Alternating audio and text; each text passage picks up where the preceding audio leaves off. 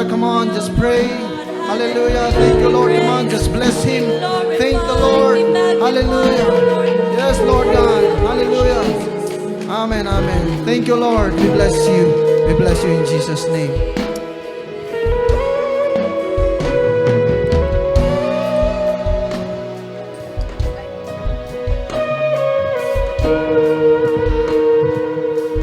Hallelujah. A blessed Sunday to everyone. Welcome to this last Sunday of this month, and really time is running short and Jesus is coming soon. Amen. So let's all keep on the firing line.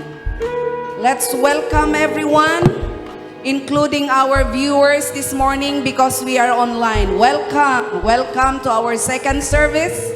And so let us prepare ourselves to whatever message we're going to hear today. That is for you and me. Amen. Amen. So let's all rise up and let's welcome the servant of God, Pastora Marivic.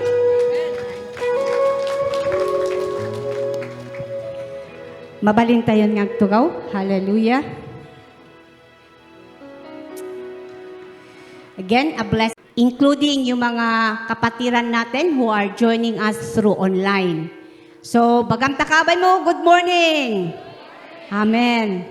So, on behalf of our spiritual parents, Apostle William and Pastora Irene, adanga na itad kanya tayo iti privilege to speak the word of God this morning. They are still in Israel, and this coming Sunday, they will be with us. So, we will continue with our Kingdom series. So, iti topic tayo itangag sapa is all about Kingdom investment. So, nuko na tayo nga Kingdom investment, panag-invest iti pagarian iti Apo. And this is a part of our service to the Lord. Amen. Karaman iti finances tayo nga agserbi iti Apo. So, our text for today is in Proverbs chapter 3, verse 9 to 10. So, kung na ditoy, let's all read together. 1, 2, 3. Piksa tayo. With the first fruit of your crops, then your barns will be filled to overflowing, and your vats will brim over with new wine. Let's pray. Wana po Diyos, maming sanpay, at to'y nga kiyaman kami, iti presensyam, iti tunggal may sa kanyami. Thank you, Lord, for gathering us as one family to come, O Lord, and eat your words. Nga iso iti taraon ti kararwami, kas kunami iti sasaom, man shall not live by bread alone, but by every word, O Lord, that comes from you.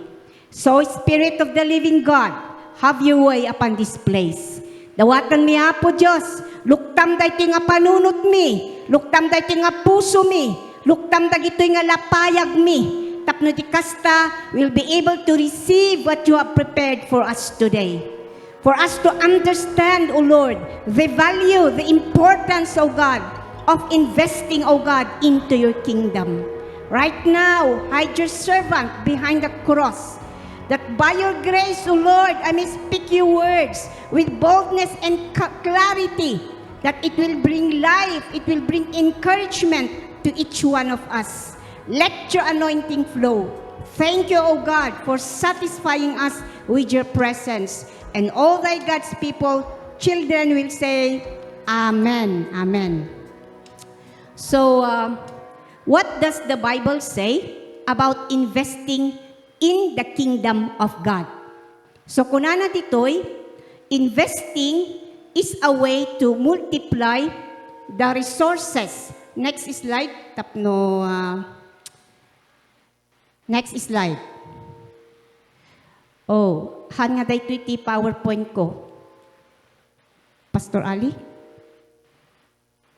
I gave you my PowerPoint kanina. Otherwise, hindi magtugma yung sinasabi ko dito sa PowerPoint. Can you please change the PowerPoint?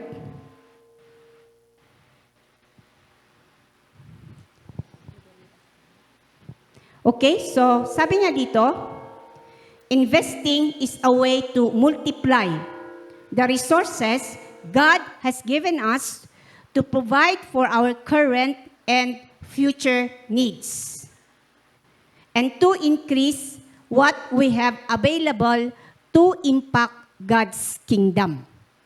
So, datayo nga rod nga anak ni Apo Diyos, we will invest not just to accumulate wealth for ourselves, but for us to become more effective.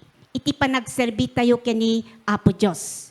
So, when we are going to teach our disciples, when we are going to teach our family members to invest in the kingdom of God, kasla nga sinuruan tayo matlang isuda, no kasatno tayo nga ag-budget. Budgeting is very important. Amen. And these are all a part of being a faithful steward ni Apo Diyos. So, the purpose of our wealth, kakabsat, is to finance the purposes of God. PowerPoint, please.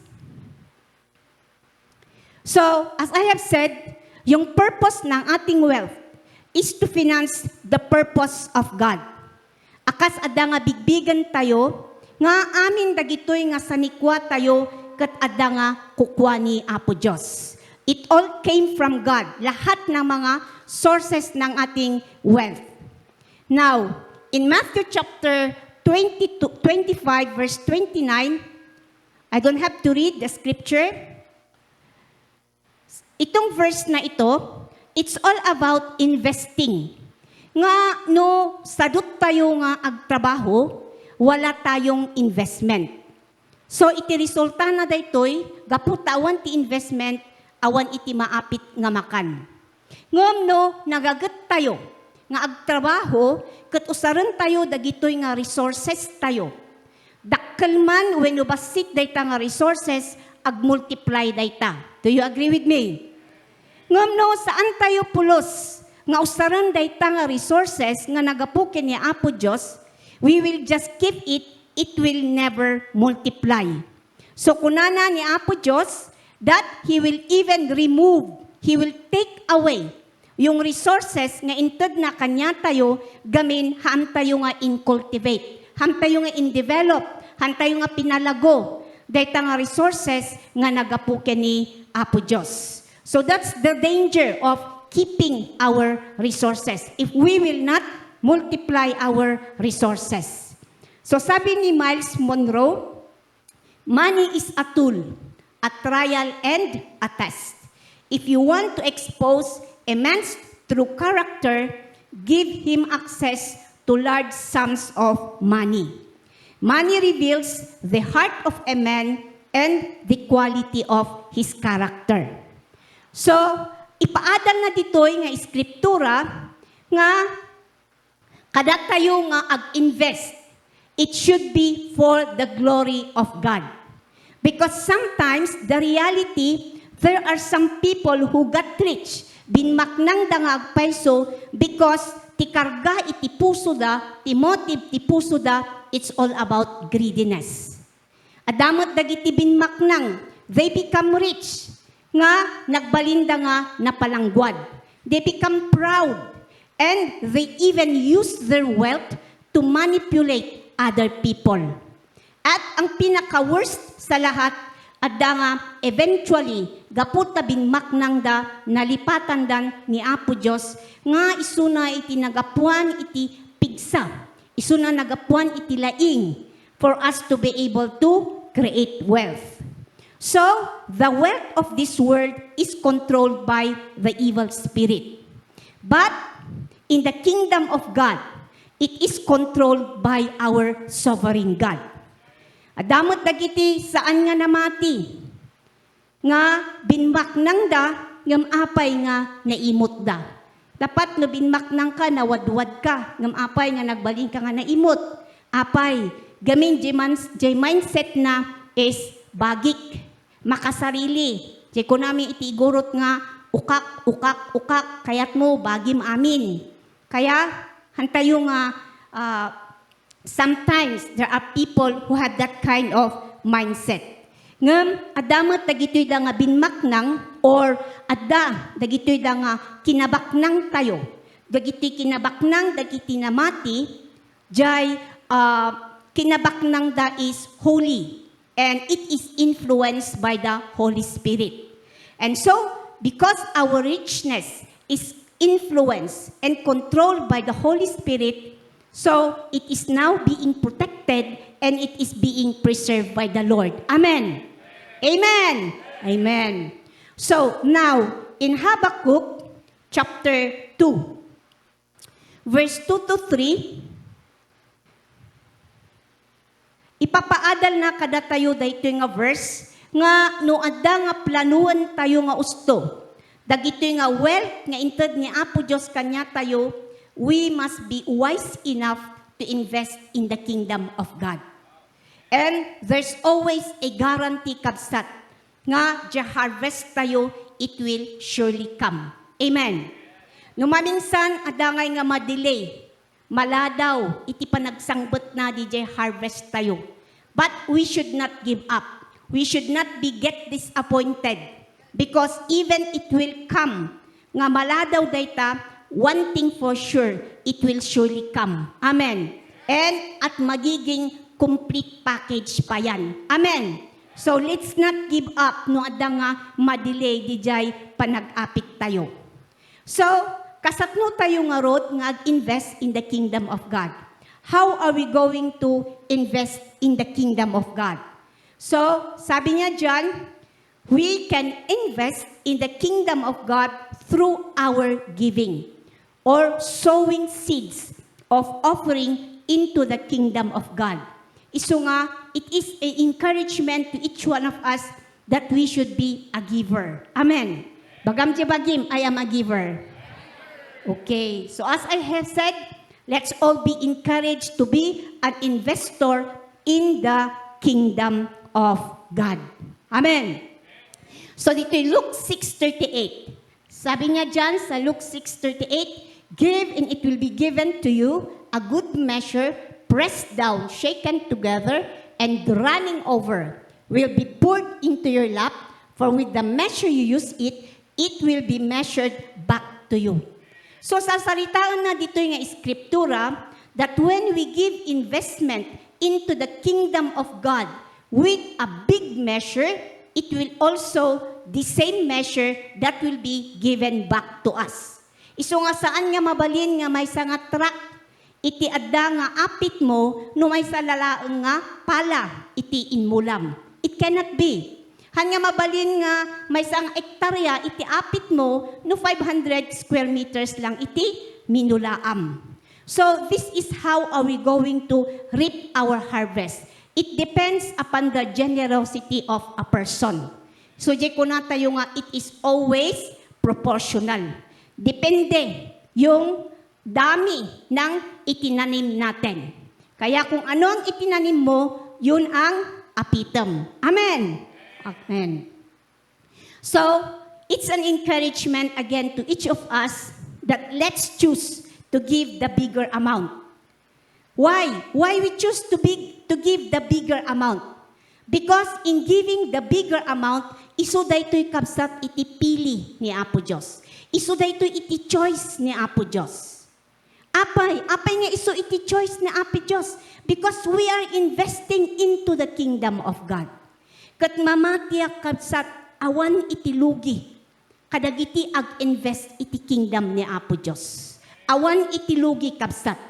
Iso nga ikatan tayo kuma DJ mindset nga iso kapay. Di bali, aguray, sakto agmula, isupay nga pagpletik, isupay nga pagmarket. Let's remove all those kind of mindset. Amen. Saan ko pulos nga malipatan di ko na ni Brother Arnold.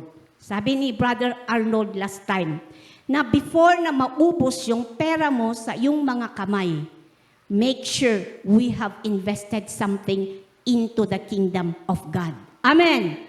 Siguradun tayo nga adda iti inmulat tayo iti pagarian iti langit. So, right now, we will see the usual giving of people in the kingdom of God. Hallelujah! So, yung giving sa church, minsan, bakit kaya coins lang?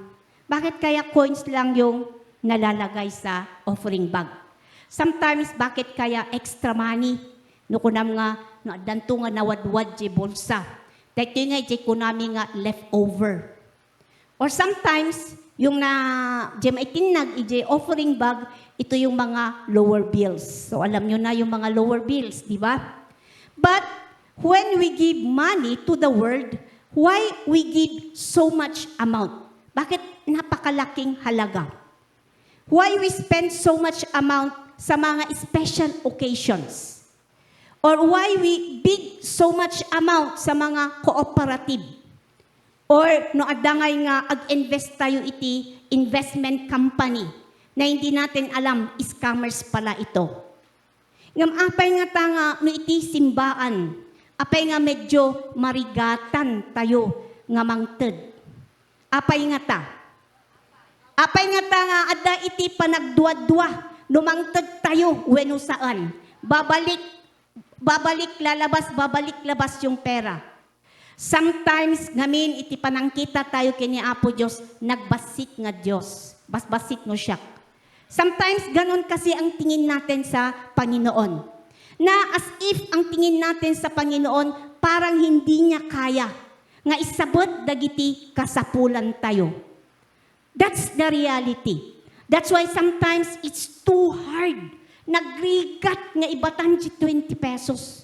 Nagrigat nga ito DJ offering. Nagrigat nga ito DJ tithes and offering. Yet, it's a reminder for all of us that in the kingdom of God, it is the best place for investment.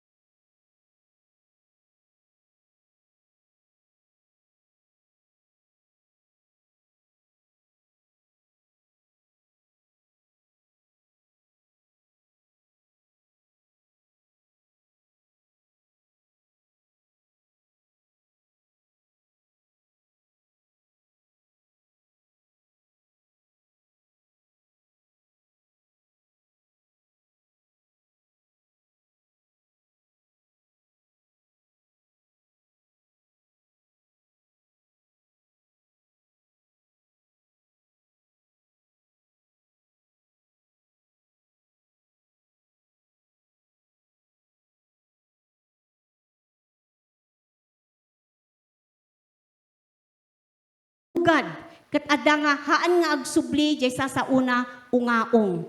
It will fulfill its plans and purpose in our lives. So that the first fruit tayo, it is the first harvest of our land. So when we got our job. Yung first month na salary natin, it is our first fruit. In a year, di umuna nga sahod tayo for the first month of the year is also considered our first fruit. Di umuna nga sweldom, iti umuna nga bulan iti tawen, it is also called our first fruit. So, it is given every feast of the first fruit. Ito yung tinatawag natin na first fruit festival. Now, according to the Jewish calendar, yung first month nila is the month of April, not January.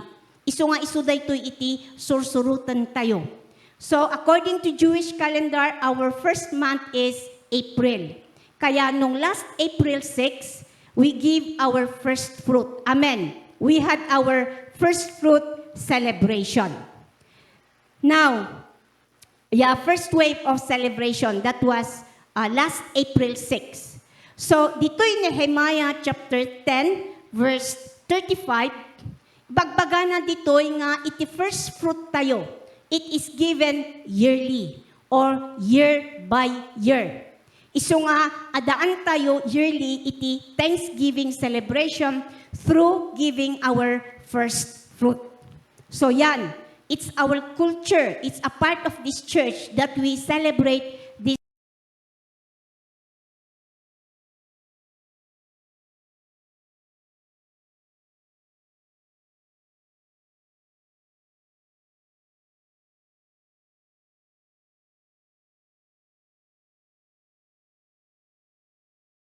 For their investment. Iso nga, ang first fruit pala, it is our investment for the Lord. Amen. It is an investment nga ni katnuman haan nga mapukaw. Ni katnuman haan nga malipatan ni Apo Diyos. Because napan iti pagarian iti Apo. Compared the investment tayo, diti rabaw ti daga, which is temporary. Numaminsan pa'y kat adda iti tsansa na nga takawon iti agtatakaw. Takawon iti kabusor. That's why, as I have said earlier, we are a wise person when we choose to invest in the kingdom of God. Amen. Daytoy iti revelation nga naalak or naawatak iti daytoy nga topic.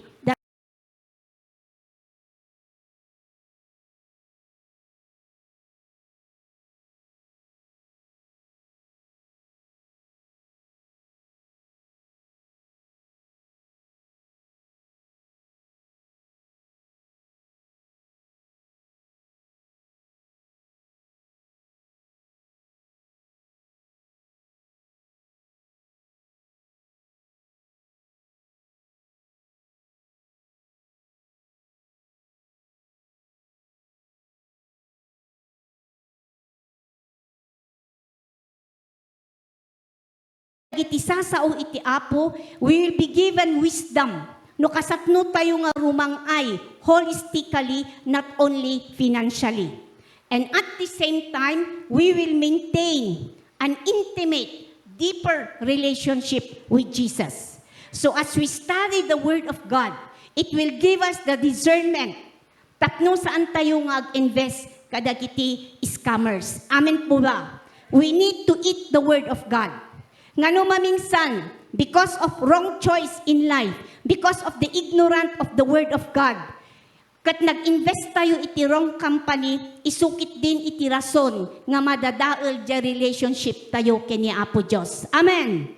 Amen. Number 2, because it is the first and it is the best in the sight of God. First fruit is the best in the sight of God. And so God was pleased with the best offering of Abel. Apay, gapu ta indaton na dijay first fruit na.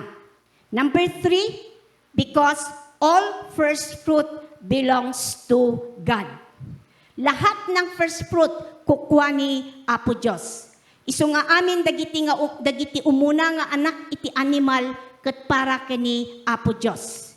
And we all know na usually yung mga unang anak na mga animals natin, ng mga flocks, kat adanga natatabada, adanga nalulukmagda, which is the best. in the sight of God. Iso nga, the first hour tayo ti agsapa, which is 6 o'clock in the morning, that is belong to the Lord. Amen. Yung 6 o'clock, yung first hour in the morning, it belongs to God. Saan nga para kini Mr. Facebook? Amen. Amen po ba? Amen. It belongs to God. The first hour in the morning. Yung first day of the week, which is Sunday, it is for the Lord. Not for washing our clothes. Not for watching Netflix. Not going for swimming. Amen. Amin kabsat nga first kukwa ni Apo Diyos. It belongs to God. Amen. Yan na espirituan tila payag na, say amen. Amen. Amen. Number 4, so the first fruit offering is a principle to demonstrate that God is indeed the first of our life. Isu nga kabsat, uray no dakkel dayta nga sweldom. Iti umuna nga bulan iti tawen. Wenno basit dayta nga sweldom, ti umuna nga bulan iti tawen, ngem gapo, tainted tayo kini Apo Diyos, pinapakita natin that He is the first priority of our lives. Amen. Sometimes narigat nga aramidan daytoy. But when we desire to obey the Lord, haan nga narigat ti agtulnog. Amen po ba? Amen. Number 5, our first fruit is holy. It is sacred. Isu iti pakpakaawat na dayto Romans chapter 11 verse 16. And because it is holy, na insagraduan dayta nga first fruit, haan tayo kumangarod nga bawbawasan wenno bulbuludan. Kat gapo tainted tayo di umuna nga sweldo tayo kini Apo Diyos, amin di sumarsaruno nga sweldo tayo for the following month, February until December, it will also become holy. So ganyan ang nagagawa ng first fruit. The rest of our salary will also become holy. Amen. So when we are faithful with our first fruit, number 1, it will cause blessing to rest in our house. When we are faithful in giving our first fruit. So when we say it will rest inside the house, adda nga agtalinaad je bendisyon. It will remain, it will dwell inside the house. Saan nga lumabas laang dayta nga kasladanom wenno angin. But that blessing will stay inside the house and it will be increasing. So, as the blessing will remain inside the house, all curses will be broken down. All curses will be destroyed inside the family. Amen. And so, our family will be protected. Amen. Okay. Number 2, when we are faithful with our first fruit offering, it brings prosperity and plenty. Yan. So sabi niya sa Proverbs chapter 3 verse 9 to 10, that as we honor God with our first fruit, our barns will be filled and our vats will overflow. So ano itong barns? What is this barns all about? So yung barns, it is referring to the sources of our income. Yung vats naman, it represents yung ating bank account. It represents yung ating wallet. It represents our refrigerator. No kumaitilukano, kunami nga, di pagbagasan. So, daytoy nga bank account tayo, daytoy nga pagbagasan tayo, saan pulos nga matyanan isuna. But it will always be overflowing kat saan tayo pulos nga agkurang taadda nga isabot ni Apo Diyos amin jay kasapulan tayo. So there is prosperity, there is plenty. Amen. Okay. Number 3, as we are faithful in giving our first fruit, God will make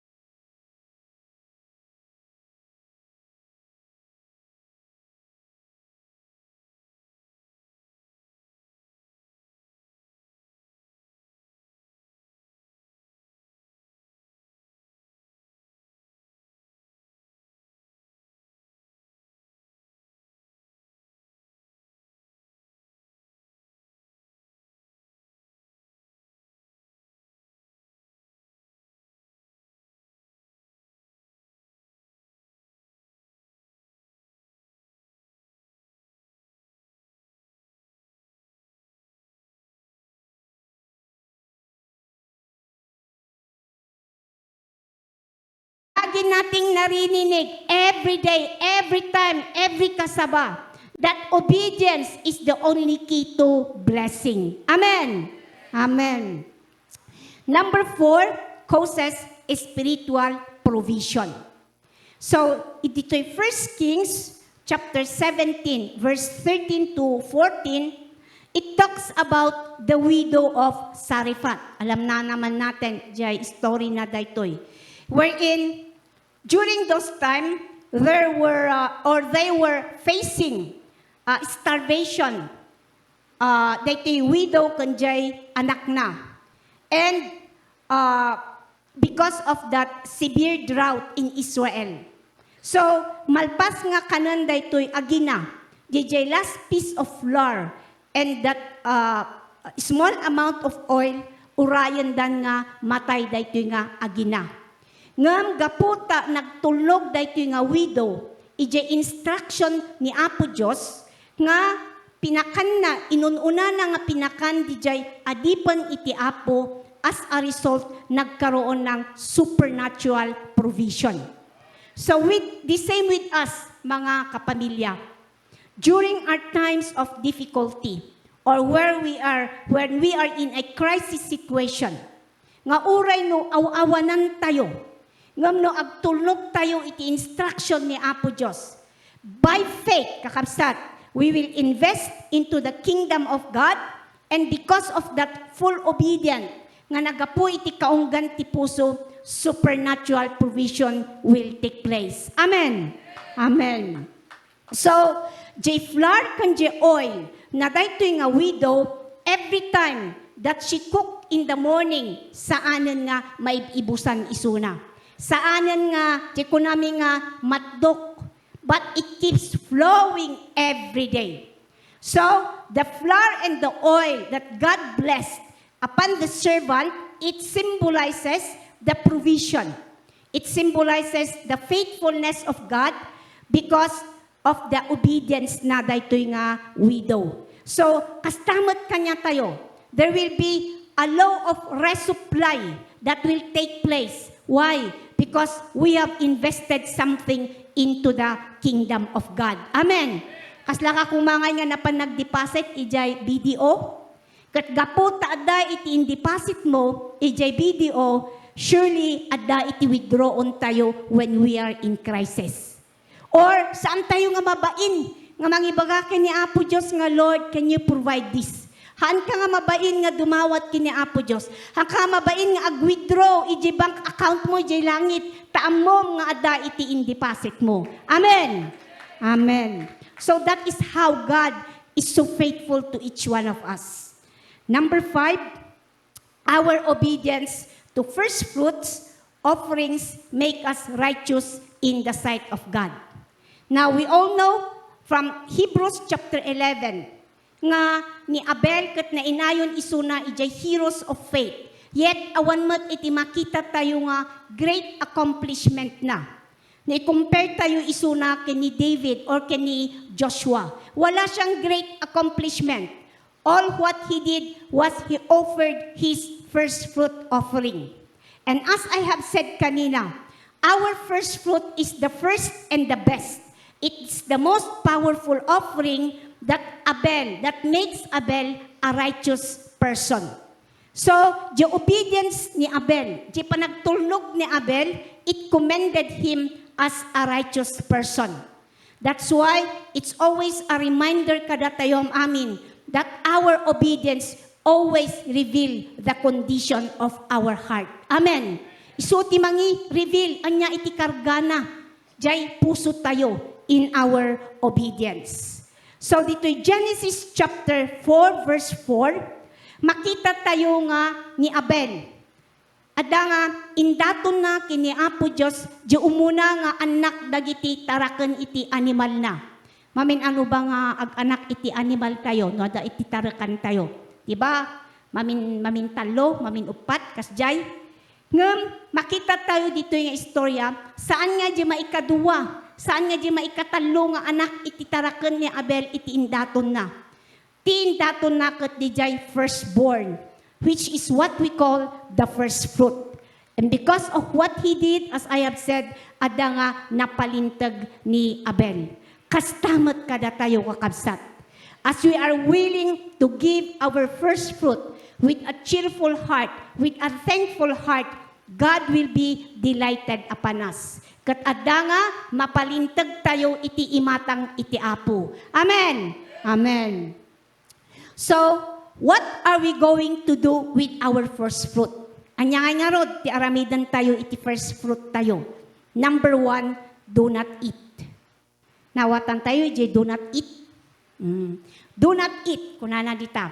Saan tayo kumangarod nga kanan? Han tayo nga gastusan. Daytoy first fruit tayo. Daytoy nga first fruit tayo, iso daytoy kuna tayo nga bunubon tayo iti apo. Sa Tagalog, ito yung tinatawag natin na binhi. Kat investment tayo daytoy iti kingdom ni Apo Diyos. Just like the farmers, saan da nga kanan je bunubunda, ngam ada nga isave da for planting. Why are they going to save? So that they have something to harvest in the future. Same in the kingdom of God. No agmula tayo, iti kingdom ni Apo Diyos, nga napakuyugan iti pamati, there is also a future harvest to come for us. Amen. Ngam na awan iti inmulat tayo, awan mat iti apitan tayo. Isu nga no maminsan, adaan tayo di kunada nga deficiency. Adaan di kunada tayo nga lacking. Why? Because we did not invest something. So, it's an encouragement to each one of us that let's be an investor in the kingdom of God. Amen. Let's invest in the kingdom of God. So, our first fruit offering must be taken to the house of the Lord. Han nga mabalin nga adda nga ipawit tayo or kung kumpormi iti pangipanan tayo ijay first fruit tayo. Iso actually iti kayat na nga ipakaawat daytoy Exodus chapter 23 verse 19 and Exodus chapter 34 verse 26. That all our first crop, all our first harvest, ada nga ipantayo iti balay iti apo. Isu nga no anya iti pakipangpanganam iti word of God. No ay na iti spiritual family tayo, doon natin dadalhin yung ating first fruit. Amen. Okay. Now, our first fruit offerings must be delivered to the priest. So ada nga idaton tayo iti balay ti apo, delivered to the priest. And it must be accompanied with worship. Masapol nga naragsak, dahito nga puso tayo nga agdayaw iti apo with our first fruit. Kasi no naragsak ka, you are doing it to honor God. Amen. Ipakita nga ni Apo Diyos isu iti first priority in our life. So, as we give our first fruit, it signifies our thanksgiving. It signifies our panagdayaw kini Apo Diyos because of His goodness, because of His faithfulness in our lives. Amen. And so, as we bring it to the altar, ada nga our man or woman of God, they will wave and pray for our first fruit offering. Nga isu actually daytoy iti instruction ni Apo Diyos kini Moses when they were about to enter the promised land. So our Apostle William, as we give our first fruit, he is going to declare a powerful declaration for blessing to come upon those who will give their first fruit. Now, dito Deuteronomy. Next slide. In Deuteronomy chapter 26, verse 1 to 15, sarsaritaan na dito'y nga yung tithes natin and our first fruit, it is holy in the sight of God. Ada nga kukwa ni Apo Diyos daytoy. So it's very clear from this verse. And in verse 16 to 19, it speaks of the great promise to come upon those who will obey. Ada nga maragsakan, maayo ni Apo Diyos kang ka, and so blessing will come. So sinong may gusto ng blessing? Amen. So lahat tayo gusto natin ng blessings. Kat dagitoy nga inpaay tayo iti Apo, it is our investment in the kingdom of God. And eventually, it will come back to us. Agsublimot laang kanya tayo, dagitoy nga investment tayo. So, awan ti sabali nga ag-benefit, no saan nga si tayo mutlaeng. Saan nga ni Apo Diyos. Amen. So, no ada itin mo lang, talaga nga ada iti apitan tayo. Now, in Nehemiah chapter 10, verse 35, sabi niya dito, we obligate ourselves to bring the first fruit of our ground and the first fruit of all fruit of every tree year by year to the house of the Lord. So from this chapter, it says that we have to obligate ourselves. Obligate means we have to convince ourselves to give our first fruit. Amen po ba? Amen. So, for our application, basaan tayo man, amin daytoy, 1, 2, 3.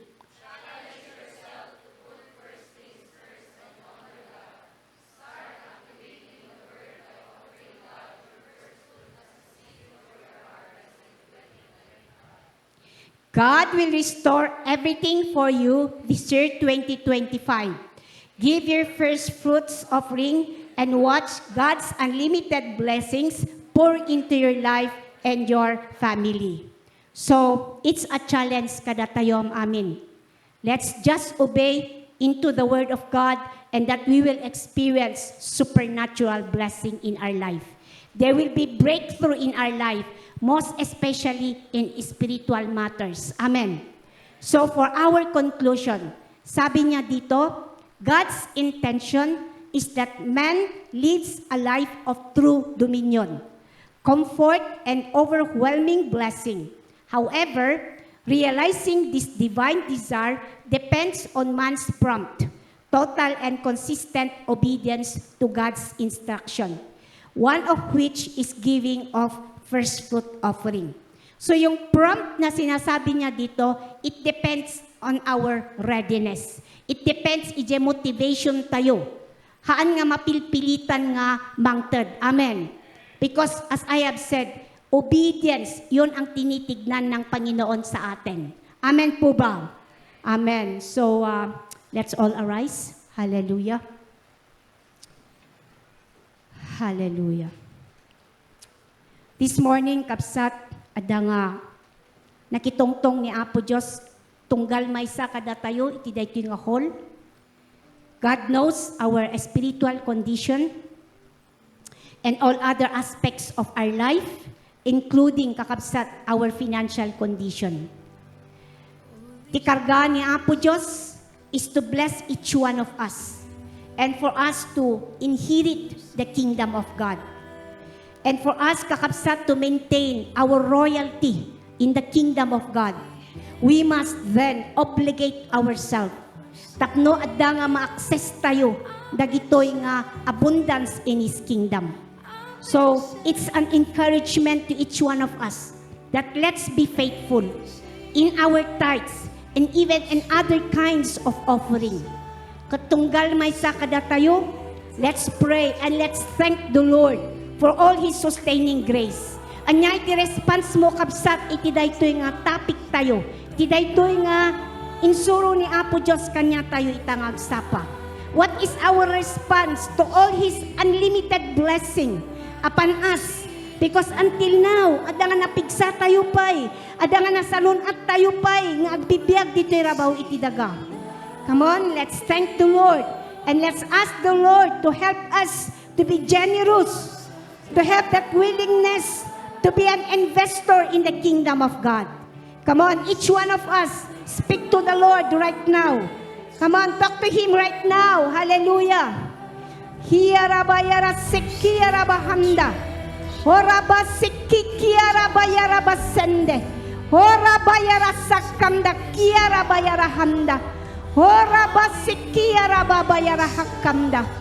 Horaba sikiyarabahanda sikiyarahanda. Sokurabahakanda yaraba sikiyarabahakanda. Hiyarabayara sokondo. Horabayara sekeyarababayara bahanda. Wana po Diyos, Mamingsan pa'y agyaman kami kang ka. Iti kinaimbag mo, Lord, iti biyag mi. Salamat, Apo Diyos, kadagiti nga sasaom, nga nilakam ti kararwami ita nga agsapa. Panangipalagip mo kanyami, Apo Diyos, to obey you, to be obedient, iti panagserbimi kang ka in the area of our finances, in the area, O God, of our giving. We thank you, Lord, that indeed, you are the God who supply all our needs according to your riches in glory. Right now, Lord, we acknowledge, bigbigan mi, Apo Diyos, nga dagiting aksanikwami, nagapukang ka, including, O Lord, our life. We thank you, O God. And so right now, Lord, we ask for your forgiveness. We ask for your cleansing, O Lord. If we have been inconsistent, if we have not been faithful, O Lord, to give what is due unto you. Come, Holy Spirit, come and transform us. Come and change our mindset. Come and renew our mindset, O God, for us to fully understand, O Lord, the value, the importance, O God, of investing, O God, into your kingdom. That the only key for blessing, O God, is in our obedience. Hallelujah. And so right now, O God, as we offer our lives unto you, come, Holy Spirit, touch us to obey you, O God. To obey your words, O God, nga nga ma-inlove kami kang ka. Continue, Holy Spirit, to convict each one, O God, because we cannot do them without your conviction. That we will be a willing investor, O God, of your kingdom.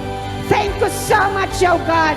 We thank you, Lord, that as we obey you, blessing will rest inside our family, O God, and that all curses will be broken inside our family, O God. We thank you, Lord, that as we obey you, supernatural blessing will take place. Unlimited blessing, overflowing blessing will take place, O God. Katapo Diyos, at nga maayo ka kanyami. As we obey you, O God, at nga mapadintag kami iti presensyam, Apo Diyos. Lord, we can never outgive you. We can never outgive you, Lord. But as we desire, O God, to obey you, ipakita mi, Apo Diyos, nga ayatan mi sika, Apo Diyos. Ipakita mi nga sika iti first nga priority iti biyag mi. Ipakita mi, Apo Diyos, that we are faithful stewards, O God, of your kingdom. And so, Lord, continue to help each one. Increase our faith, O God, that in times of crisis, we will learn to depend upon you, O God. We will learn to rely on your promises, O God. Because, Lord, you are a faithful God. You are a big, big God, Apo Diyos. You are bigger than our finances, O God. And that you, Lord, you hold our future. Thank you, Lord. Yakan ka, Apo Diyos. Han kami nga kurang, Apo Diyos. We will be blessed for every area of our lives, O God. Spiritually, physically, financially, every aspect, O God. Katadangay paal mo kanyami. Salamat, Apo Diyos, kadagiti nga sasaom. Bendisyon namin kitunggal may sa Apo, that we will continue, Lord, to trust in you. This is all our declarations. In Jesus' name we pray. Amen and amen. Hallelujah.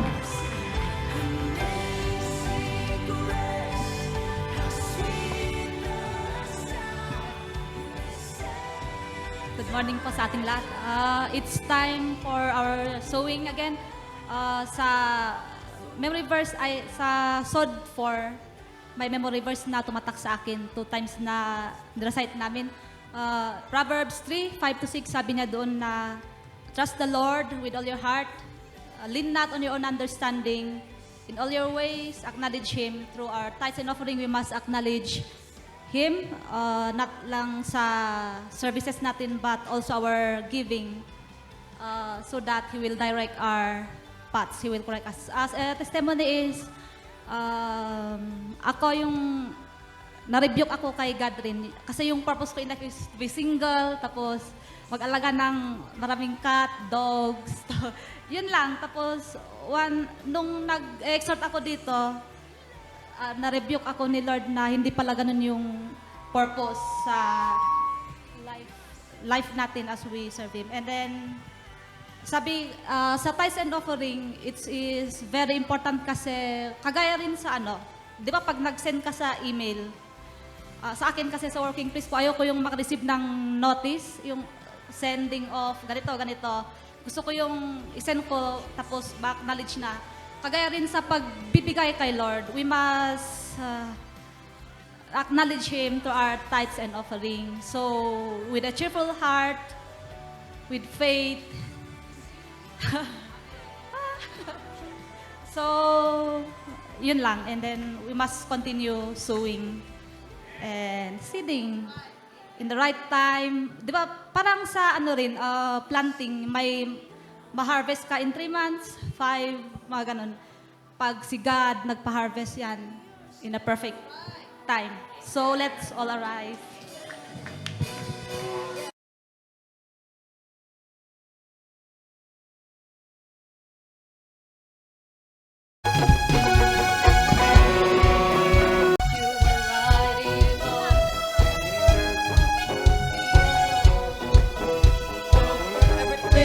You are seated in our praise. This is prophetic in the air. We lift our praise and you change the atmosphere. The doors open now, everybody sing it out. Oh, oh, oh. Turn it up, this sound of praise. Make it louder than any other. Lift them up and shout His name over all. Turn it up, this sound of praise. Make it louder than any other. Lift Him up and shout His name over all.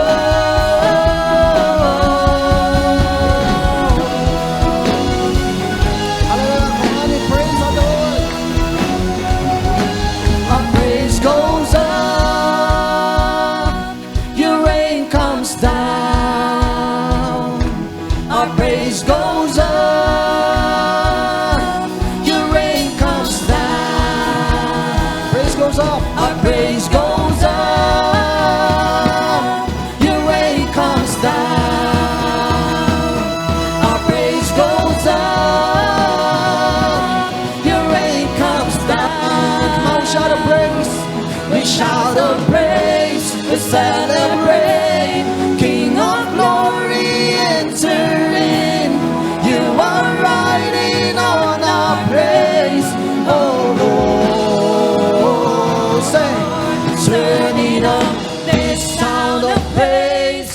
Make Him louder than any other. Lift Him up and shout His name over all. Come on, sing it again, turn it up. Turn it up, this sound of praise. Make Him louder than any other. Lift Him up and shout His name over all.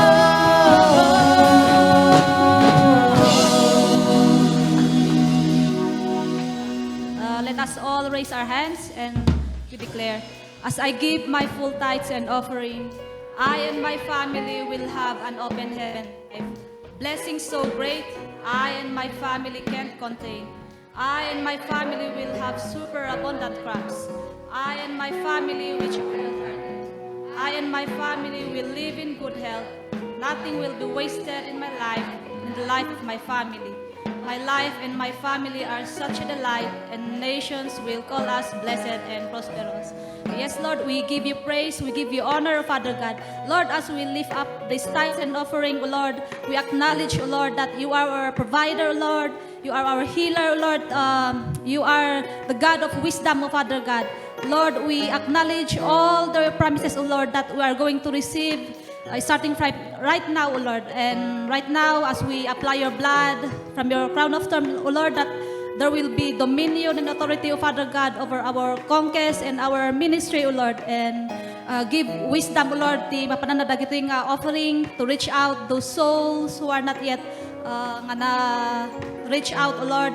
And we pray also, Lord, that we apply your blood from your hands, O Lord, that there will be creativity and anointing in all areas in our life, O Lord. And we thank you and we bless your name. In Jesus' name we pray. Amen.